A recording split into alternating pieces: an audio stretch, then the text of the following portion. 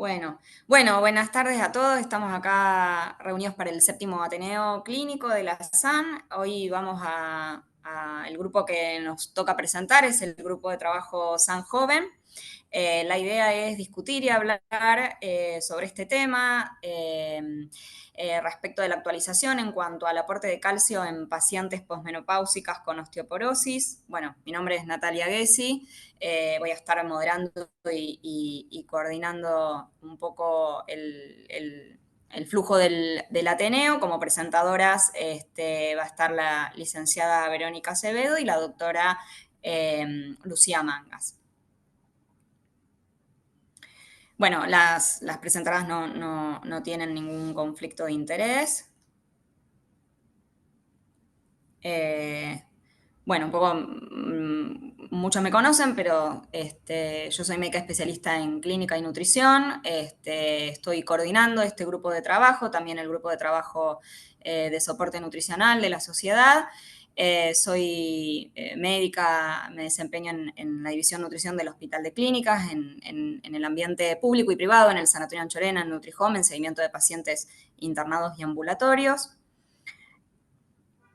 La doctora Luciana Mangas, quien va a ser la disertante, la primera disertante. Ella es médica, recibida por la Universidad Austral, especialista en endocrinología y metabolismo por la UBA. Trabajó como coordinadora de investigación clínica en la División de Endocrinología en la Universidad de Emory Atlanta, ex jefa de residentes en el Hospital Ramos Mejía y diplomada en nutrición por la SAM. Y actualmente se desempeña, como la secretaria de este grupo de trabajo. Subinvestigadora en Stat Research y médica endocrinóloga en Inmunología Buenos Aires, Diagnóstico Boulogne y POAM. Y a continuación va a tener la palabra la licenciada Verónica Acevedo, que es licenciada en nutrición, egresada de la Universidad Nacional de Chaco Austral. Ella es especialista en nutrición clínica por la UBA también, miembro activo del Colegio de Nutricionistas de la provincia de Chaco y actualmente se desempeña como jefa del servicio de alimentación en el Sanatorio Loma Linda de Presidencia Roque Sespeña en Chaco. Bueno, Luz, te damos la palabra Muchas cuando gracias, Nati, quieras. por la presentación. Vamos a comenzar con el caso clínico de este tema que citó Nati. El caso clínico se trata de María, que es una paciente femenina de 63 años de edad, que presenta como antecedentes hipertensión arterial, dislipemia y obesidad. Como medicación habitual, refiere valsartán 80 miligramos al día, atorvastatina 20 miligramos al día. Refiere como fecha de última menstruación los 47 años y refiere consumir una porción al día de lácteos. Ya veremos si esto va a ser suficiente o no. Como otros antecedentes, niega fracturas previas, niega antecedente de corticoterapia prolongada y refiere que realiza como actividad física pilates 2 veces por semana. En esta primera consulta endocrinológica la recibo yo en mayo del 2024 y me aportan ya en la primera consulta este laboratorio que ya había solicitado por su ginecóloga. Acá podemos ver que presenta un valor de calcio normal de 9.6, fósforo dentro de parámetros normales 3.6, magnesio en el límite inferior 1.9, albúmina normal, presenta un déficit de vitamina D con un valor de 14.7, un valor de PTH, es decir, de paratormona de 58, tirando al límite superior de lo normal, un perfil tiroideo normal, un calcio urinario bajo de 48, que si lo corregimos por la creatinina urinaria nos da 0.50, que es un valor correspondiente a hipocalciuria, es decir, baja excreción renal de calcio. Resaltamos los valores que dieron alterados en la paciente, que como dijimos es la hipovitaminosis D, la PTH, que si bien está en valores normales, está tirando al límite superior, y la hipocalciuria que mencionamos. También en esta primera consulta de mayo aporta esta densitometría, que en realidad es lo que motivó la consulta de la paciente. Vemos que al momento de la densitometría tenía una talla de 158 y un peso de 84. Como es una paciente en posmenopausia, lo que vamos a ver en esta densitometría de cuello es el T-score. El T-score de la paciente es de -2.0.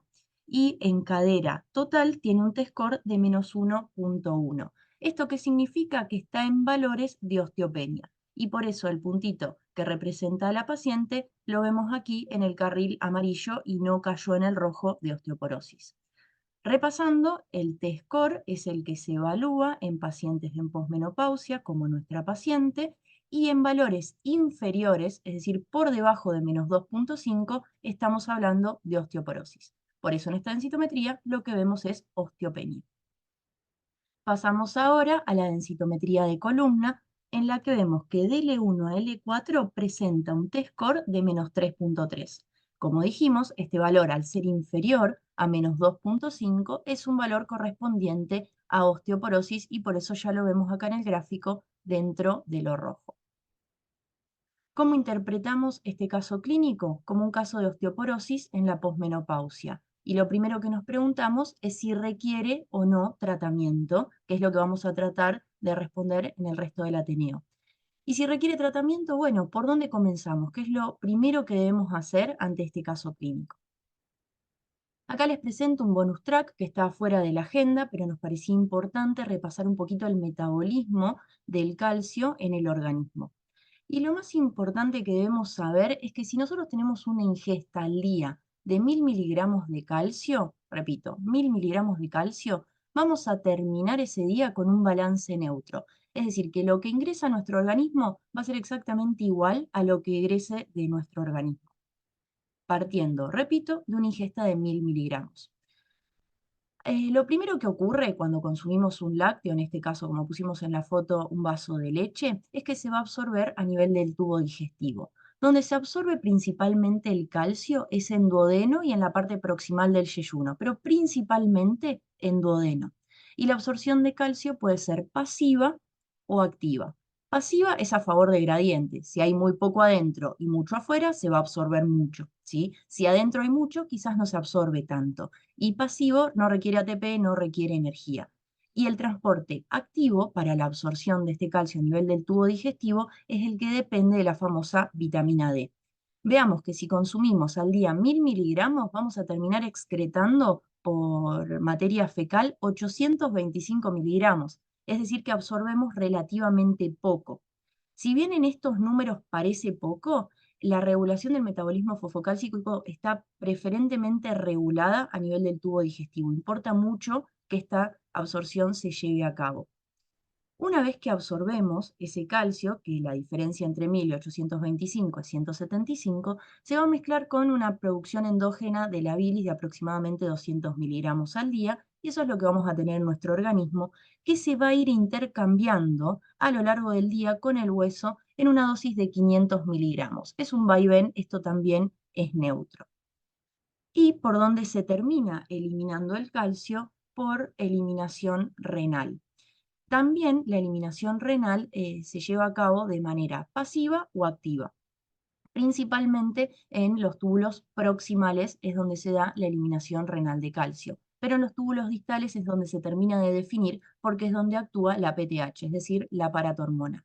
Y al día vamos a eliminar 175 miligramos. Es por esto que el balance es neutro, ¿sí? Vamos a ir viendo a lo largo de la charla que tanto la absorción intestinal como la eliminación renal depende de distintos factores. Y es importante el factor edad. A mayor edad, menor absorción de calcio. Por eso vamos a ver ciertos valores de corte en edad para indicar un aporte suficiente de calcio. Ahora sí, pasamos a lo que resta de la agenda, que vamos a revisar las recomendaciones de calcio en las diferentes guías de osteoporosis.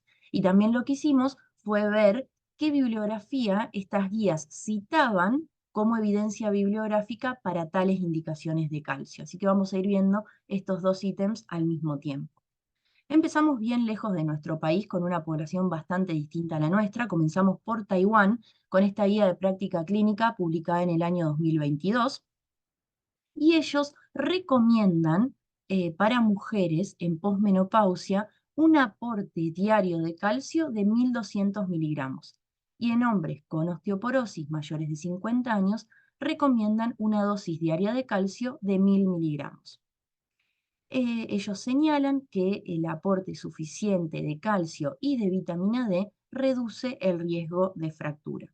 Pero también mencionan que no hay que indicar más de 1.500 miligramos al día porque esto podría generar mayor riesgo de complicaciones a nivel cardiovascular y a nivel renal principalmente con litiasis renal. Por eso, más no es mejor, no genera mayor beneficio en este caso. La bibliografía que este trabajo de Taiwán cita es un metaanálisis de 6 estudios clínicos randomizados que combinaban, cada uno de estos estudios, la suplementación de vitamina D y de calcio, es decir, suplementaban las dos cosas o se aseguraban que el paciente reciba de vitamina D al día entre 400 a 800 unidades y de calcio entre 1.000 a 1.200 miligramos y ellos encontraron una reducción del 6% del riesgo de cualquier fractura y de un 16% del riesgo de fractura específicamente de cadera. Ahora vamos para Europa, viajamos para Europa. Esta guía europea, publicada en el año 2018, cita que en cualquier etapa de la vida es importante una adecuada ingesta de calcio para mantener la salud ósea y también hacen alusión a que es importante una adecuada dosis de vitamina D y de proteínas. Todo esto es para evitar a mayor edad fracturas y disminuir el riesgo de osteoporosis. Lo que ellos recomiendan es una ingesta diaria de entre 800 a 1.000 miligramos de calcio al día. Y citan específicamente que un litro de leche provee 32 gramos de proteína y 1.200 miligramos de calcio. Es decir, que un litro de leche estaría excediendo las expectativas del día según esta guía en particular. Ellos van a citar este estudio realizado en Estados Unidos, tanto en hombres como mujeres, en los que vieron que mayor consumo de leche específicamente disminuye el riesgo de fractura. Y este es el estudio que les mencioné. Es un estudio que analiza dos cortes, una de mujeres posmenopáusicas, que el N es muy interesante, es mayor a 80.000 participantes, y la corte de hombres con un N mayor a 40.000 participantes. El tiempo de seguimiento es de 32 años, muy interesante, y los pacientes debían reportar periódicamente los eventos de fractura de cadera, es decir, si presentaban fractura de cadera o no. Y también debían mencionar el consumo de lácteos. Y lo que hicieron para el análisis es comparar los que consumían menos de una porción de lácteos a la semana con aquellos que consumían, por ejemplo, uno al día. Y los que consumían al menos uno al día tenían un 17% de riesgo menor de sufrir fractura de cadera versus los que consumían menos de una porción a la semana. Y si comparamos estos que consumían menos de una porción por semana con aquellos que consumían más de 2 porciones al día o 2 porciones al día, estos que consumían más tenían un riesgo del 23% menor de presentar fractura de cadera. Y por eso hacen la recomendación en esta guía. Ahora viajamos para Canadá, que publicó esta guía en el año 2023, y ellos recomiendan una ingesta en mujeres mayores de 50 años con osteoporosis y en hombres mayores de 70, una dosis diaria de calcio de 1.200 miligramos. Y es muy interesante porque el estudio que citan es este metaanálisis de 33 ensayos clínicos en donde se incorporaron más de 50.000 participantes y en estos ensayos, algunos ensayos suplementaban solo calcio, otros solo vitamina D, y 13 de estos 33 ensayos suplementaban tanto calcio como vitamina D. Y ellos no encontraron una reducción del riesgo de fractura en aquellos que estaban suplementados. Es decir, que el placebo versus el aporte de calcio les dio exactamente igual. Entonces nos llamó la atención y por eso también lo trajimos, porque si bien esta guía recomienda un aporte diario de calcio, la bibliografía a la cual citan es neutra en cuanto a la recomendación. Ahora pasamos a Estados Unidos, al American College of Physicians. Esta guía presentada en el año 2017 dice que no está claro que el aporte de calcio genere algún beneficio en la prevención del riesgo de fractura. Y ellos consideran que es muy importante el dosaje de calcio, de vitamina D, de calcio urinario, de fósforo, de magnesio antes de indicar cualquier o suplemento o aporte con la dieta. ¿Por qué? Porque quieren disminuir el riesgo de hipercalcemia. Y bueno, justamente este riesgo de hipercalcemia lo quieren disminuir porque estaría asociado a mayor riesgo de infarto de miocardio y sí, con más evidencia estaría asociada a la hipercalcemia a mayor riesgo de litiasis renal. Entonces, el estudio que ellos citan es más que nada de prevención cardiovascular, que es el estudio que les muestro a continuación. Ellos determinaron en este estudio que hasta 2.400 miligramos al día de calcio no genera mayor riesgo de enfermedad cardiovascular. Si generamos un aporte superior a eso, sí podría haber más riesgo cardiovascular. Pero es importante mencionar que alcanzar este nivel de aporte diario es prácticamente imposible, sobre todo si es con la dieta únicamente. Y acá se nos ocurrió una pregunta que nos hacen muy frecuentemente en el consultorio, que es, pero doctora, si consumo mucho calcio, ¿no se me van a calcificar las arterias? Y la respuesta es no. La respuesta nos las da el estudio anterior que les mostré, salvo que indiquemos un valor supraóptimo de consumo al día de calcio, no habría mayor riesgo. Pero es importante mencionar que ningún estudio con pacientes con función renal normal generó mayor riesgo cardiovascular. Un aporte estándar de 1.200 miligramos. Pero en aquellos estudios donde participaban pacientes con enfermedad renal crónica, en este subgrupo de pacientes sí había mayor riesgo cardiovascular. Pero recordemos que ya son pacientes que tienen mayor riesgo cardiovascular per se por su enfermedad renal crónica, por las causas de esa enfermedad renal crónica y por el hiperparatiroidismo secundario a la enfermedad renal. ¿Sí? Así que sería seguro indicarlo, este aporte, en todos nuestros pacientes, menos en aquellos que tienen enfermedad renal crónica. Pasamos ahora a otra guía de Estados Unidos, en la cual sostienen que el aporte a partir de los 50 años, sobre todo en mujeres, debe ser de 1.200 miligramos de calcio al día. ¿Sí? Y esto es porque aparentemente muestra mejoría en la densitometría y reduciría un 15% el riesgo total de fracturas y un 30% del riesgo de fractura de cadera. Estos números tan específicos los toman del siguiente metaanálisis, que se evaluaron distintos estudios en los cuales se suplementó calcio y vitamina D al mismo tiempo, y esto produjo una reducción estadísticamente significativa, como menciona la guía de Estados Unidos, del 15% de riesgo de fracturas totales y una reducción del 30% del riesgo de fractura de cadera. ¿Por qué la mayoría de los estudios evalúa cadera? Porque es la que genera más morbimortalidad. Es importante recordar que dentro de los 2 años de una fractura de cadera, sobre todo a pacientes de mayor edad, la mortalidad a veces alcanza un valor superior al 50%, dentro de los 2 años de esa fractura de cadera. Por eso es tan importante trabajar en la prevención de que nuestros pacientes no se fracturen. Ahora pasamos a un país un poco más vecino, pasamos a Brasil. Esta guía brasilera, publicada en el 2017, recomienda que en mujeres mayores de 50 años la dosis de calcio al día tendría que ser de 1.200 miligramos, preferentemente consumiendo lácteos en el caso de ser posible.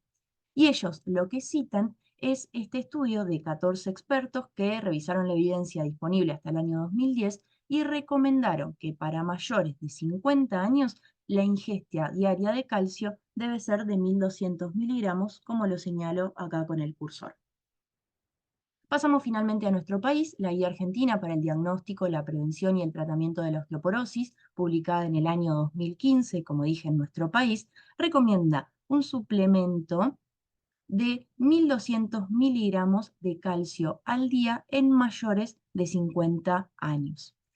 Preferentemente, como lo mencionaba la guía brasilera, a través de productos lácteos y si están fortificados mejor para que el paciente con menos volumen alcance ese aporte mencionado y en caso de que no llegue con los lácteos, suplementar sí con algún comprimido o alguna formulación farmacológica.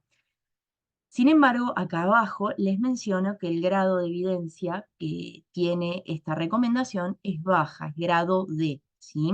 Y no les pongo la bibliografía que ellos citan porque son los metaanálisis que presenté previamente.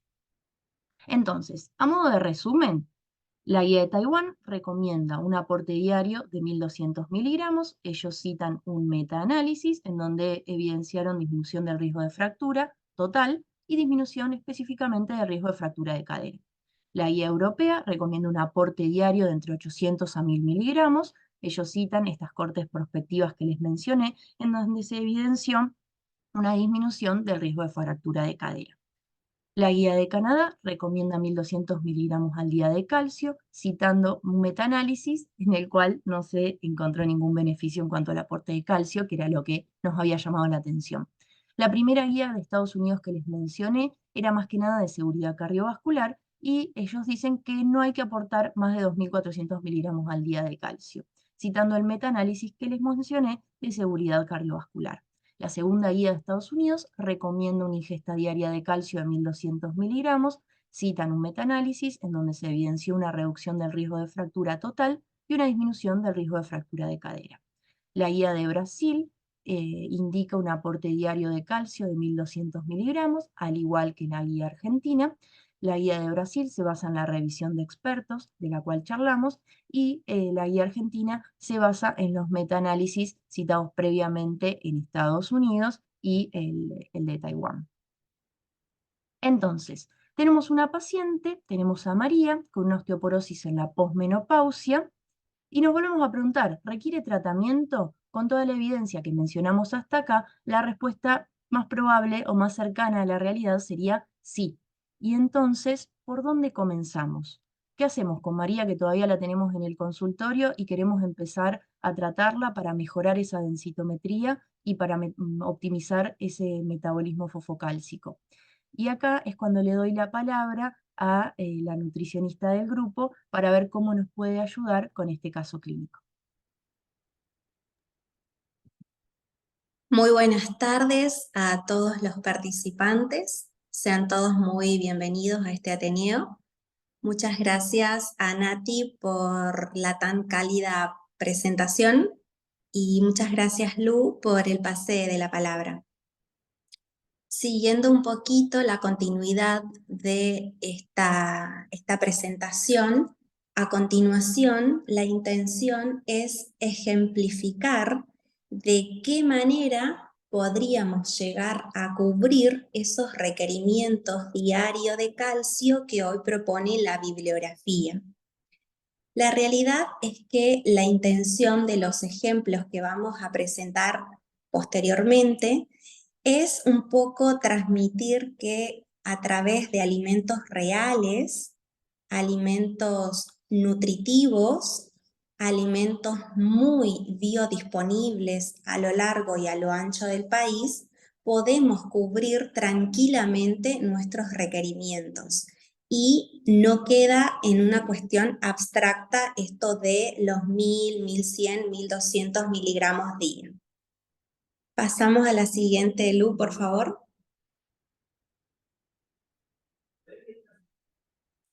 Entonces, como primer ejemplo que traemos en esta tarde para compartir es el típico vaso de leche fortificada con calcio.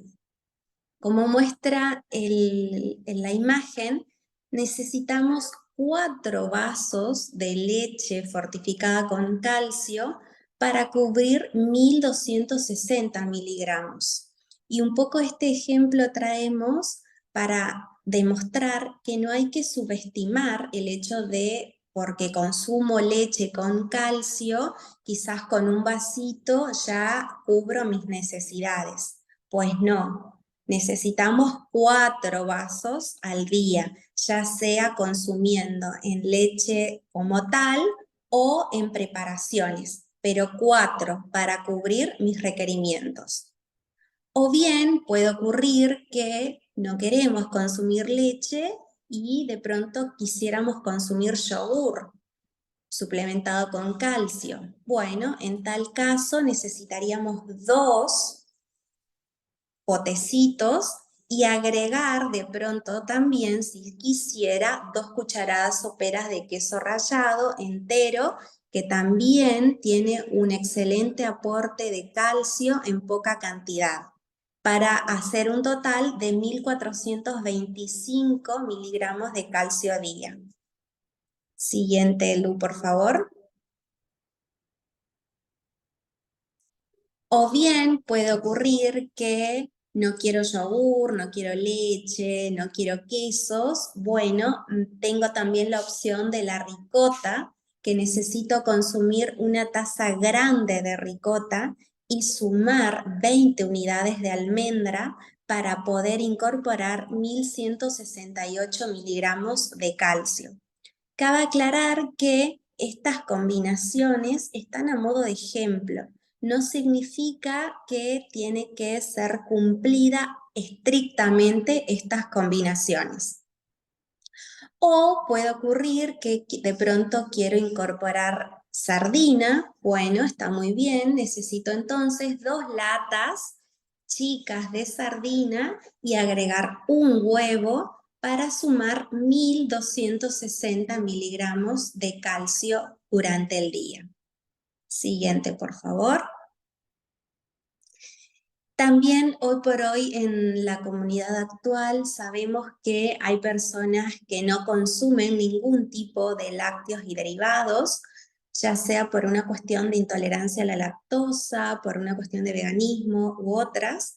Entonces, en tal caso, les traemos a presentar este ejemplo, que viene siendo un puñado grande de rúcula, agregar una taza de garbanzo y sumar 6 cassettes de tofu para llegar a los 1071 miligramos día de calcio. Es un poquito complicado, sí, es un poco complicado, pero no imposible. Eso es lo que queremos representar a través de este quinto ejemplo.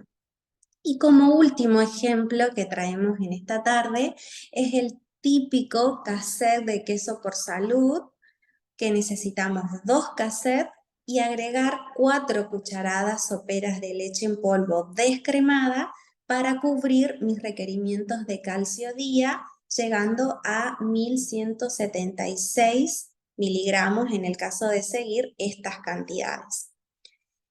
Repito, la intención de estos ejemplos vienen siendo el hecho de no es algo abstracto cubrir mis requerimientos de calcio que propone la bibliografía. Es mucho más sencillo llevar a la mesa, llevar al plato los 1000, 1100, 1200 miligramos de calcio. Tan solo tenemos que predisponernos a buscar alimentos reales que hoy por hoy el mercado acompaña y muy bien, por suerte. Y de esta manera damos por finalizado esta presentación del séptimo Ateneo. Muchas gracias por su atención y abrimos debate a preguntas en caso de que existieran. Y en caso de que no existieran, nosotras preparamos algunas de las cuales consideramos que son preguntas de la comunidad en general, preguntas de interés o preguntas que se suelen tratar en consultorio. Para eso le vuelvo a pasar la palabra a Nati, si quiere modular la parte de preguntas. Muchas gracias. Bueno, muchas gracias a ambas disertantes, Lu y Vero, la verdad excelente, súper claro la presentación. Bueno, bien un poco como ha dicho mi compañera, no sé si hay alguna pregunta que tengan de la audiencia, alguna consulta. Bueno, están agradeciendo acá en el chat. A ver, no sé si sigo viendo. Si quieren,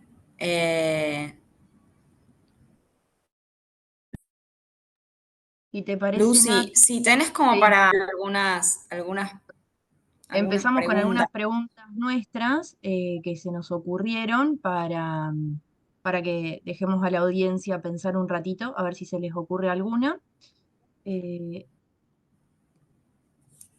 Y en primer lugar queríamos, o sea, nos preguntamos principalmente, porque esta pregunta se realiza mucho en consultorio, si se altera la absorción de leche si la consumimos con café. ¿Es lo mismo consumir un café con leche, solo la leche, qué es mejor?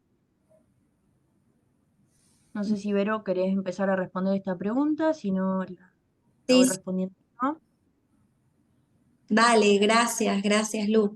Sí, un poquito para compartir esta pregunta que, como decía Lu, es muy, muy típica en consulta.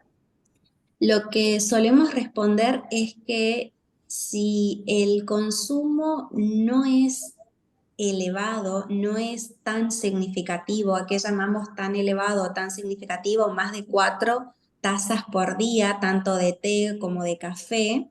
Entonces, la interferencia en la absorción no es para nada significativa. Por lo tanto, si yo quiero consumirme una taza de té con leche o de café con leche en mi desayuno y otra taza de té o café con leche en la merienda, pues está muy bien porque la absorción no se vería afectada en tal caso.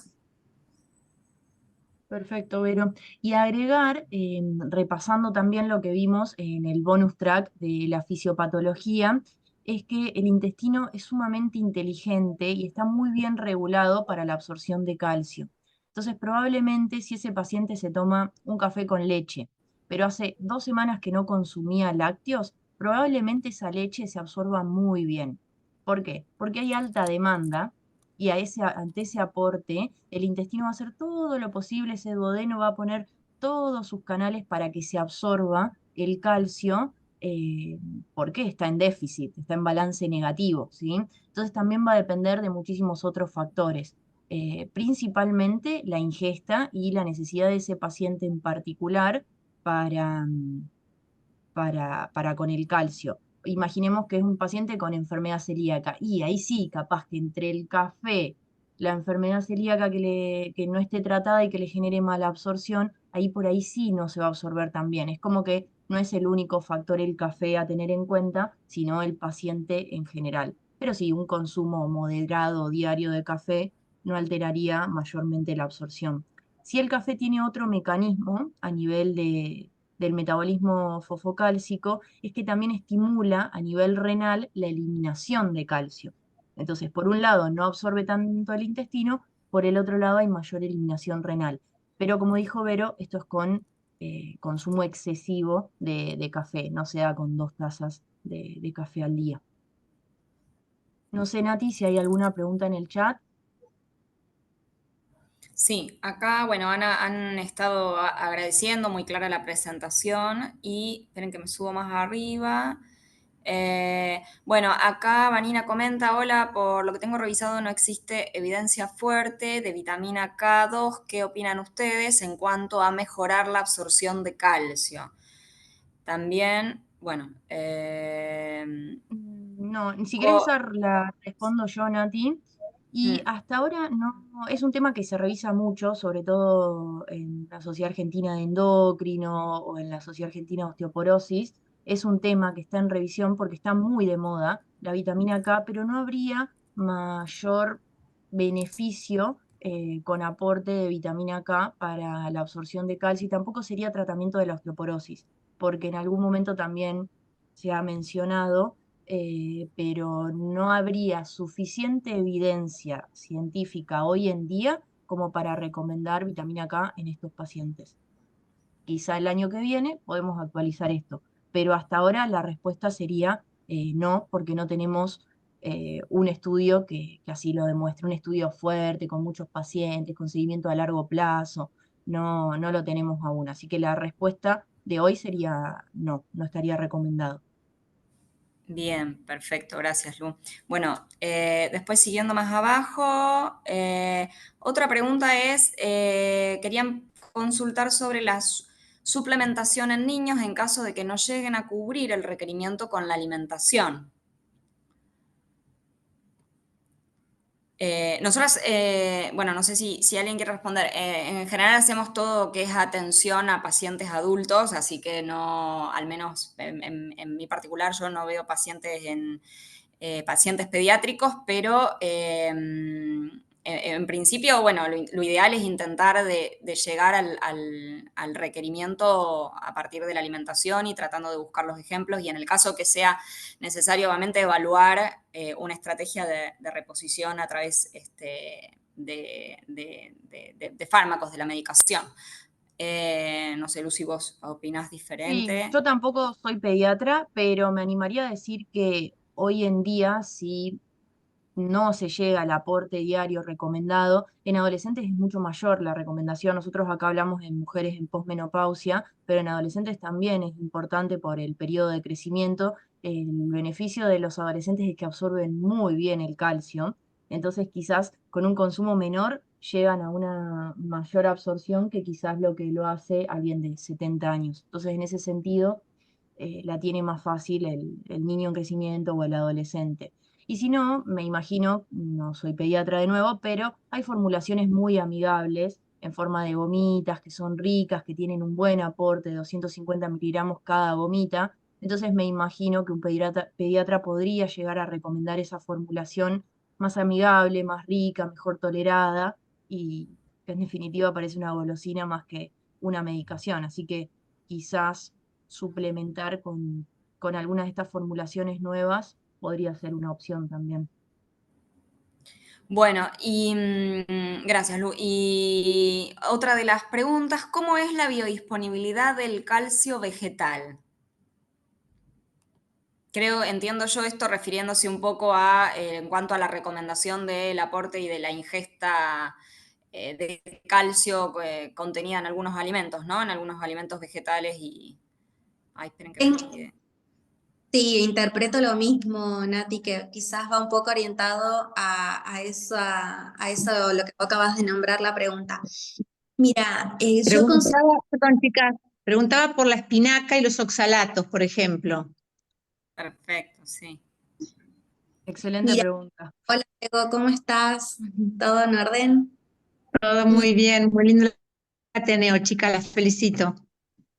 Muchas Gracias. gracias, gracias.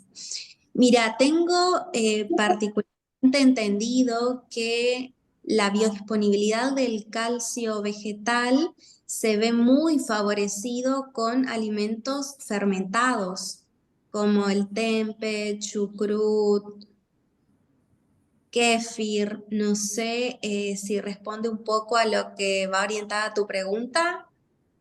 Sí, yo entiendo Sí, no, también yo perdón,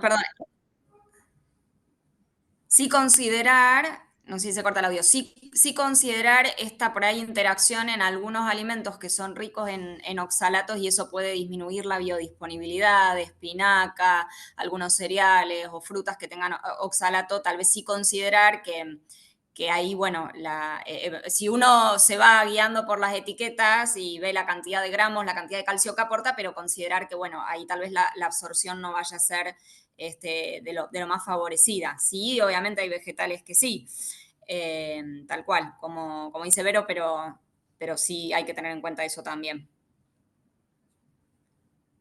Y quizás agregar que es verdad que el aporte de lácteos es mucho más sencillo, o sea, Sí, totalmente. con mucho menos volumen, menos cantidad, llegas a aportes mucho más altos con productos lácteos, queso, leche, yogur, es mucho más fácil si lo comparamos con lo vegetal.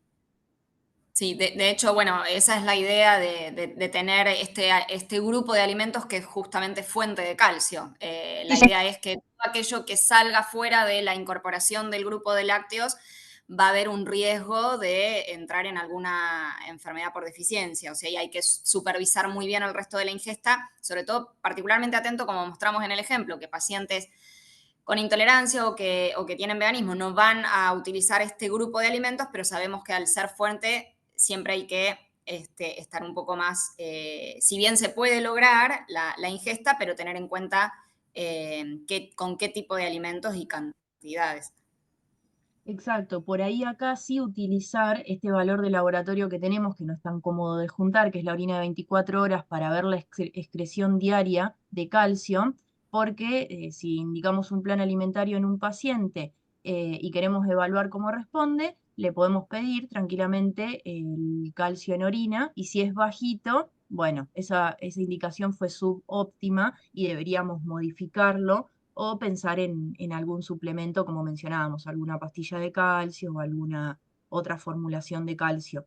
Pero por ahí sí nos serviría mucho más el laboratorio, como mencionan algunas de las guías, para, en este caso, no tanto el diagnóstico, sino más el seguimiento a ver cómo respondió esa paciente, que quizás también es lo que íbamos a hacer en María. En María veíamos que tenía probablemente un hipoaporte, por lo que ella refería en el interrogatorio, veíamos que ese aporte no era suficiente porque el riñón quería guardarse todo el calcio y eliminaba muy poquitito porque no quería perderse nada de ese calcio que María incorporaba. Entonces, nosotros le indicamos este plan nutricional que nos ayudó Vero y hacer el control en, por ejemplo, 3 meses para ver si ese calcio urinario mejoró. Si mejoró, listo, alcanzamos la indicación que queríamos y si no, seguir trabajando en eso. Bien. Acá hay otra pregunta en un comentario, agradeciendo la presentación, y saber si en un paciente que se encuentra en plan para descenso de peso, no estaríamos aportando muchas calorías con esas cantidades. Con los ejemplos, digamos, entiendo las cantidades de los alimentos ejemplificados para el requerimiento de calcio.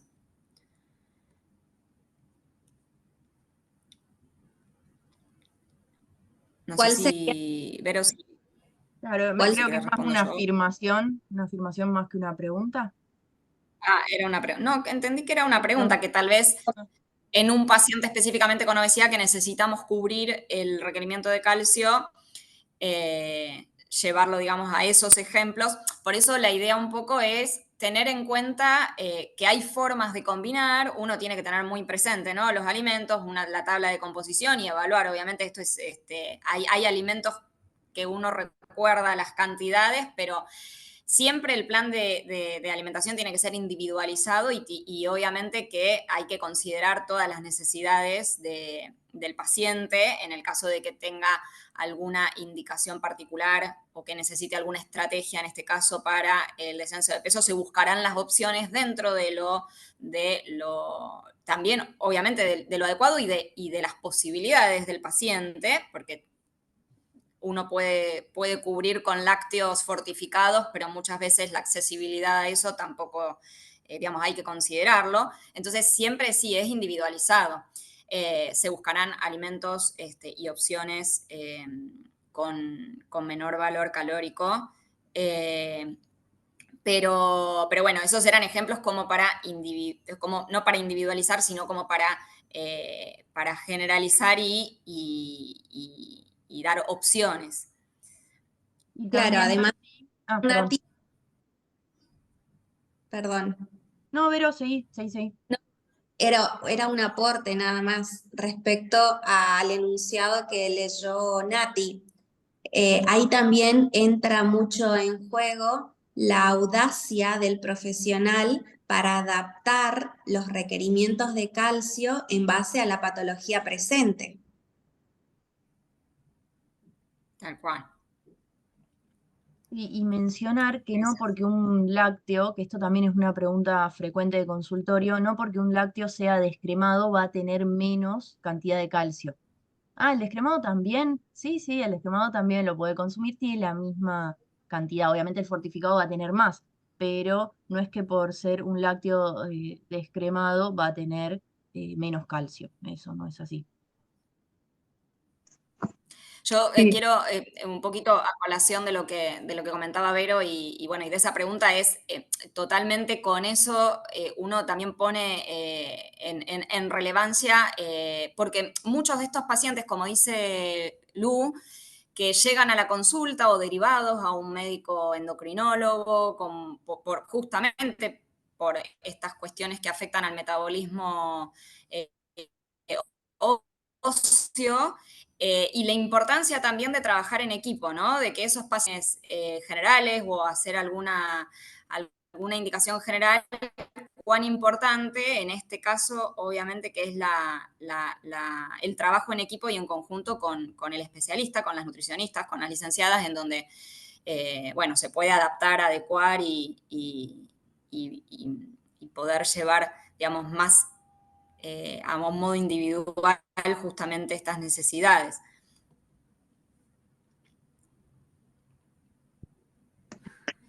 Sí, creo que ¿puedo aportar algo? A ver. Sí, te escuchamos. Sí, Bego, sí.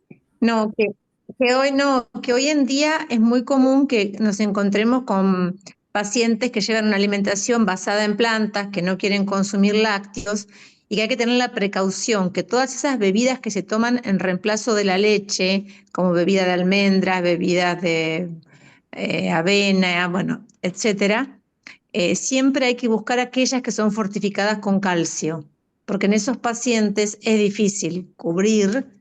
Entonces, ahí están las opciones y hay que siempre estar atento a aquellas que son fortificadas.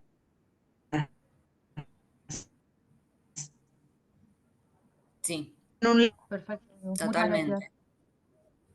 Bueno, son alternativas buscando, que la verdad es muy común que tengamos pacientes que no, lamentablemente. Sí, se escucha cortado. Mm. Nati, no sé si hay más preguntas en el chat, si no pasamos a la siguiente que habíamos No, creo pensado. que esa era una de las últimas, así que si querés continuar, Luis, ya...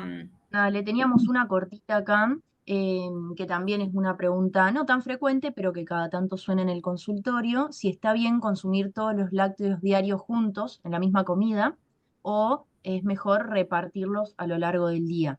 Y en este caso es mejor repartirlo a lo largo del día para no saturar la capacidad de absorción intestinal de calcio, justamente. Es como que el calcio empieza a competir con el mismo calcio y el intestino no termina absorbiendo tanto. Entonces, indicarlo una porción en el desayuno, una porción en el almuerzo, una en la cena, una en la merienda, es muchísimo mejor para llegar a una absorción mayor de ese calcio que se está consumiendo.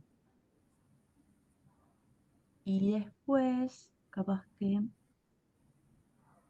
Si esta pregunta que se nos había ocurrido, si es mejor consumir lácteos o suplementar con calcio en distintos formatos, comprimidos, gomitas, mousse, lo que sea, ¿qué es mejor, el lácteo o los comprimidos farmacológicos de calcio?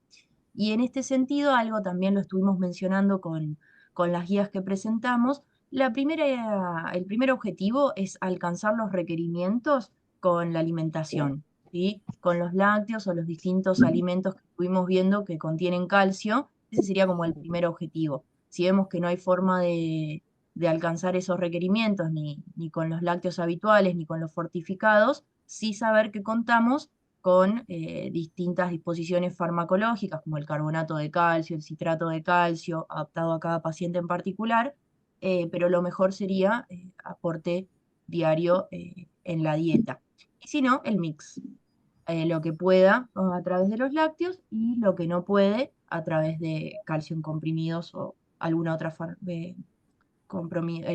formulación farmacológica. Y ya nos queda una última pregunta que se nos había ocurrido, que algo ya estuvimos charlando. Vero, si querés ayudarnos a responder, si es posible cubrir los requerimientos si soy vegetariana o si soy intolerante a la lactosa. Sí, con respecto a esa pregunta, claro que sí es posible. En el caso de los vegetarianos, como también ya habíamos anticipado en la presentación, es un poquito más complejo porque hay que consumir un poquito más de todo. Y aprovecho el comentario de Bego porque también es muy cierto eso lo que ella aportó de intentar buscar la opción con mayor cantidad de calcio posible dentro del mercado. Si bien es cierto que quizás a lo largo y a lo ancho del país la biodisponibilidad de bebidas vegetales suplementadas con calcio no es tan disponible, al menos en esta zona, en la zona norte del país, las bebidas vegetales suplementadas con calcio medio que no están muy disponibles, entonces los pacientes lo que hacen es consumir lo que hay en góndola, y a veces lo que hay en góndola no es el que está fortificado. Pero aún así, igual el paciente se tiene que rebuscar para intentar cubrir la mínima de calcio día. O sea que sí, se llega a cubrir. Y después, en cuanto a si sos intolerante a la lactosa, si se puede cubrir, sí, también, porque hoy por hoy el mercado acompaña, hay opciones lácteas reducidas en lactosa, yogur, quesos, leche, que cumplen muy bien la condición. Y no se modifica los miligramos de calcio. Así que sí, también se puede cubrir perfectamente.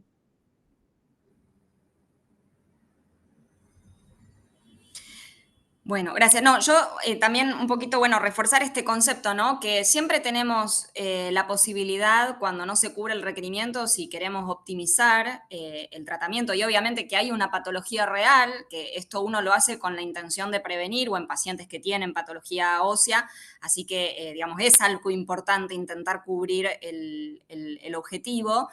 Pero volviendo al suplemento, siempre vamos a poder contar con la estrategia de los fármacos o de la suplementación, pero creo que también darle relevancia a la educación en la alimentación y dejando de lado pacientes que puedan tener alguna patología, sobre todo patología digestiva del tracto superior, gástrica o duodenal, que es donde, o en las primeras porciones del intestino, o que se trate, como mencionamos, el caso de un paciente con obesidad, que obviamente hay que individualizar el tratamiento, pero en la población general, en el común de la población, aprovechar también esto como para hacer una educación al paciente, así como en este momento estamos hablando de poder alcanzar y cubrir lo que nos proponen las guías como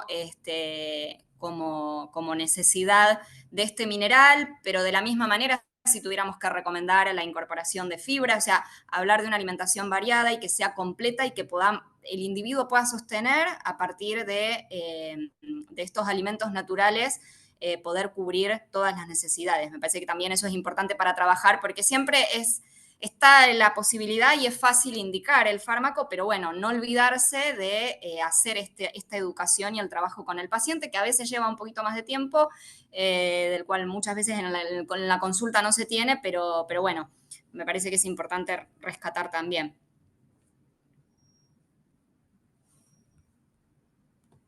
Bueno, y creo que de nuestra parte intentamos cubrir los aspectos más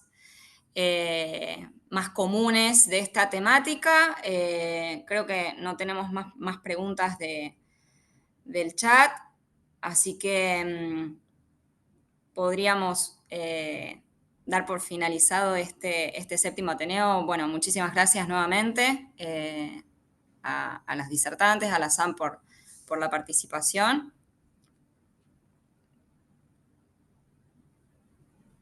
No, al contrario, Nati, muchas gracias por el espacio. La verdad es que muy ameno toda la presentación, un hermoso compartir, un hermoso Ateneo, lo disfrutamos un montón. Muchísimas gracias. Y bueno, Bueno, y y agradecer a la recordar, audiencia, agradecer a los que nos están escuchando y, y bueno, nada, invitarlos a seguir recordarles participando. que, bueno, este grupo de trabajo en realidad es un grupo que se ha formado recientemente y que está en pos de expansión, así que, bueno, queremos un poquito también invitarlos a que difundan un poco la presencia y, bueno, ante cualquier necesidad, contactarnos a través de la SAN, ¿no?